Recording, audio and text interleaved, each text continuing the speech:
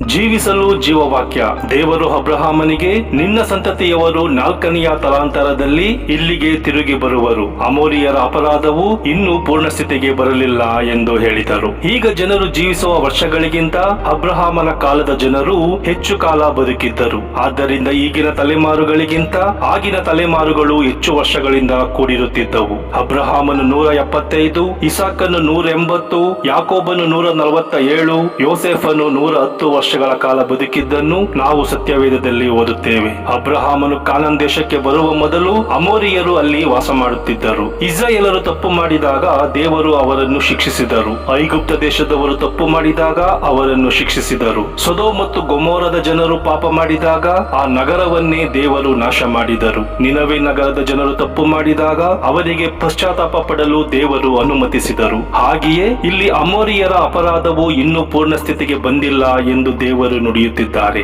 ಏಕೆಂದರೆ ಕಾಲವು ಪರಿಪಕ್ವವಾದಾಗ ದೇವರು ದುಷ್ಟರನ್ನು ಶಿಕ್ಷಿಸದೆ ಬಿಡುವುದಿಲ್ಲ. ಅಲ್ಲಿಯವರೆಗೆ ಅವರಿಗೆ ಪಶ್ಚಾತ್ತಾಪ ಪಡಲು ಸಮಯ ಕೊಡುತ್ತಾರೆ. ದೇವರ ಯೋಜನೆಗಳು ಮತ್ತು ಮನುಷ್ಯರ ಯೋಚನೆಗಳ ನಡುವೆ ಆಕಾಶ ಭೂಮಿಯಷ್ಟು ಅಂತರವಿದೆ. ಆದ್ದರಿಂದ ದೇವರು ನಮಗೆ ಏನನ್ನು ಕಲಿಸಲು ಬಯಸುತ್ತಾರೋ ಅದನ್ನು ಕಲಿತುಕೊಳ್ಳಲು ನಾವು ಪ್ರಯತ್ನಿಸಬೇಕು ಮತ್ತು ದೇವರ ಮೇಲೆ ತಾರತಮ್ಯ, ಬಲಹೀನತೆ ಅಥವಾ ಅನ್ಯಾಯದ ಆರೋಪವನ್ನು ಹೊರಿಸದಂತೆ ಎಚ್ಚರವಾಗಿರಬೇಕು.